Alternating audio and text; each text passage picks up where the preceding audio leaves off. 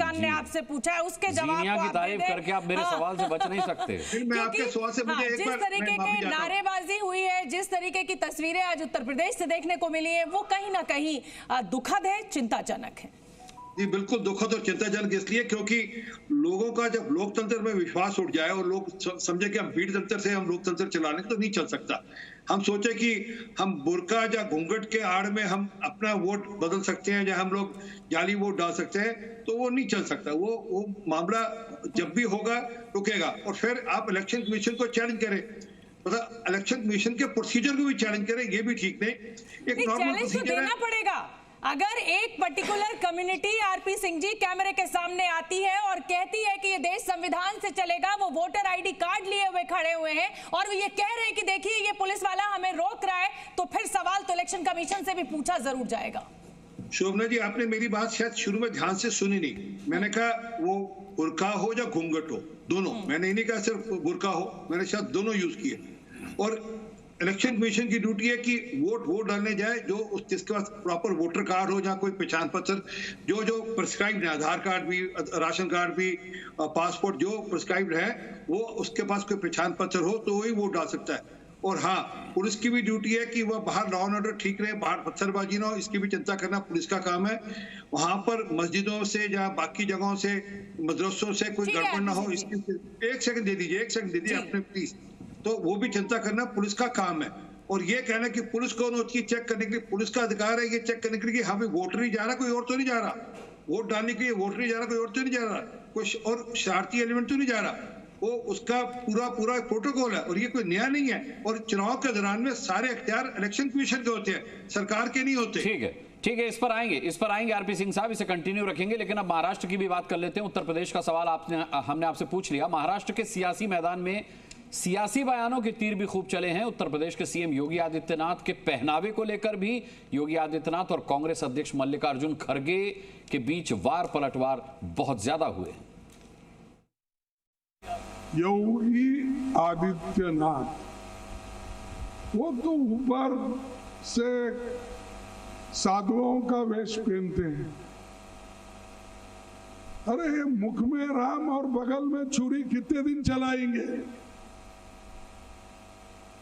मैंने उसीलिए परसों मुंबई में मीटिंग हुई थी तो कहा भाई एक काम करो, दो नहीं कर सकते आप, क्योंकि जो साधु संत होता है वो सबके लिए होता है।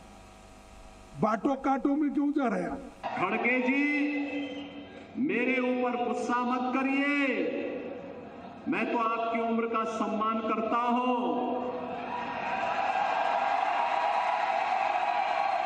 आपको गुस्सा करना है तो निजाम पर करिए, हैदराबाद के निजाम को, जिस हैदराबाद के निजाम के रजाकारों ने आपके गांव को जलाया था, हिंदुओं की निर्मम हत्या की थी, आपकी पूज्य माता को, आपकी बहन को, आपके परिवार के सदस्यों को जलाया था। इस सच्चाई को देश और दुनिया के सामने रखिए। और देखिए तमाम जो पॉलिटिकल गेस्ट हैं वो हमारे साथ, कुछ पॉलिटिकल गेस्ट स्टूडियो में मौजूद है, कुछ हमारे साथ बाहर से जुड़ रहे हैं। हमारे साथ प्रणय अजमेरा जी एनसीपी शरद पवार गुट से हैं। प्रणय जी, खबरें तो ये निकल कर आ रही हैं कि कहीं पीछे पर्दे के चाचा और भतीजे की मुलाकात हो रही है, क्योंकि भतीजा जिस तरीके के बयान दे रहा है उससे लग तो नहीं रहा है कि वो बहुत लंबा सफर बीजेपी के साथ और एकनाथ शिंदे गुट के साथ रहने वाला है। क्या खबर, आप कुछ ब्रेकिंग दे दीजिए। आज भतीजा बटेंगे तो कटेंगे को भी खारिज कर चुका है। हाँ, देखिए शोभना जी, अनुराग भाई, भतीजे अर्थात अजीत दादा पवार वरिष्ठ नेता है, हमारे पार्टी के तो मार्गदर्शक रहे हुए हैं और उन्हें, उनके अंदर जो संस्कार है वो राष्ट्रवादी कांग्रेस पार्टी के है, जिसकी विचारधारा पूर्ण रूप से सेकुलर है। इसी के साथ जैसे कि वे हमेशा कहते हैं, और हमारे महाराष्ट्र में राष्ट्रवादी कांग्रेस पार्टी शरद चंद्र पवार साहब की जो पार्टी है वह फुले शाहू छत्रपति शिवाजी महाराज के विचारधाराओं पर समर्पित है और उसी के अनुसार काम करती है। और इसलिए हमारे लिए नफरत की राजनीति की हमारे मन में कोई जगह नहीं। और इसलिए मुझे लगता है आदरणीय अजीत दादा पवार साहब ने बटेंगे जो कटेंगे इस प्रकार के खराब से वक्तव्य का निषेध किया। और ये अजीत दादा पवार साहब के बारे में नहीं बोलना चाहता हूं मैं, खुद स्वयं बीजेपी के नेताओं ने भी, जैसे कि नितिन जी गडकरी, पंकजा जी मुंडे, अशोक जी, उन्होंने भी इसे नकार दिया है। बात आती है अजीत दादा की और आदरणीय पवार साहब के एक होने की। शोभना जी, अनुराग भाई, मैं तो पार्टी का बहुत ही छोटा सा कार्यकर्ता हूं, जमीनी स्तर पर काम करता हूं। ये बहुत बड़ा डिसीजन है, बड़ा प्रश्न है। आप हमारे सर्वोच्च नेताओं से जाकर पूछिए, निश्चित रूप से वो आपको समय देंगे। आप तो सभी के संपर्क में रहते हैं। आपका बॉडी लैंग्वेज जानकारी संबित पात्रा याद आ रहे हैं। ठीक है, देखिए घर वापसी के कई ऐलान हुए थे, तो ये भी एक संकेत है। थोड़ी देर में आपको बता दें, बड़ी खबर ये कि 9 सीटें जो उत्तर प्रदेश की जिस पर उपचुनाव हुआ है, इसका AI एग्जिट पोल आने वाला है। पहला आंकड़ा जो होगा AI एग्जिट पोल का, शोभना, वो उत्तर प्रदेश की इन 9 सीटों का होगा। बिल्कुल। और देखिए हमारे साथ वरिष्ठ पत्रकार अभिज्ञान भी जुड़ चुके हैं। अभिज्ञान, देखिए हमने यहाँ पर वरिष्ठ पत्रकारों का एक पोल करा लिया है कि भाई किसकी सरकार कहाँ बनने जा रही है, लेकिन किसी ने भी बिल्कुल स्पष्ट शब्दों में जवाब नहीं दिया है। तो अब यही सवाल मेरा आपसे है, क्योंकि अभी अभी आप मेरे पैनल में जुड़े हैं, कि आप महाराष्ट्र में क्या देख रहे हैं? मेरे पास सीधा जवाब है। बिल्कुल जवाब दीजिए। कोई कंफ्यूजन नहीं है। हाँ। 20 साल से तो ज्यादा हो गया मुझे।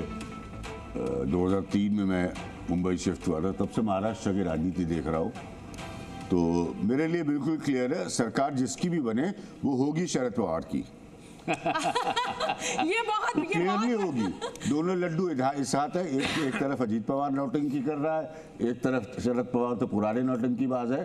तो जो भी कॉम्बिनेशन फॉर्मेशन बैठेगा होगा शरद पवार का। अच्छा, झारखंड में तो शरद पवार नहीं है, वहां किसकी सरकार बना रहे हैं? झारखंड को मैंने फॉलो नहीं किया, मुझे कुछ आइडिया नहीं। अच्छा, फिर भी एक आकलन नहीं दे पाएंगे। यहाँ के सब पत्रकार भारतीय जनता पार्टी की सरकार बना। और यूपी की 9 सीटों पर क्या आंकलन है?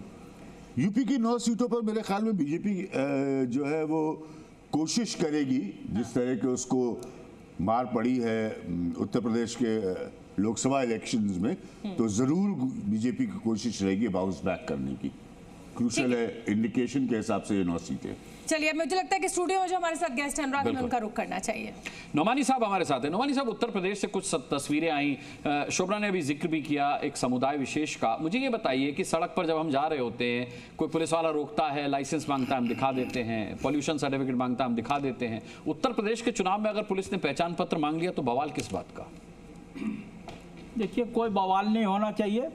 और धार्मिक रूप से हमारे यहाँ जो शरिया कानून है, उसमें अगर शासन प्रशासन का कोई आदमी या अथॉरिटी कोई अगर पूछती है या देखना चाहे, तो मैं समझता हूँ इसको मुद्दा नहीं बनाना चाहिए। ये जो बुर्का और घूंघट का मसला आता है, ये सरे से जो इस्लाम के हिसाब से कुछ नहीं है। लेकिन आप तो कह रहे मुद्दा नहीं बनाना चाहिए, यहाँ तो पत्थर तक चल गए। नहीं, वो गलत है ना। वो जिस तरह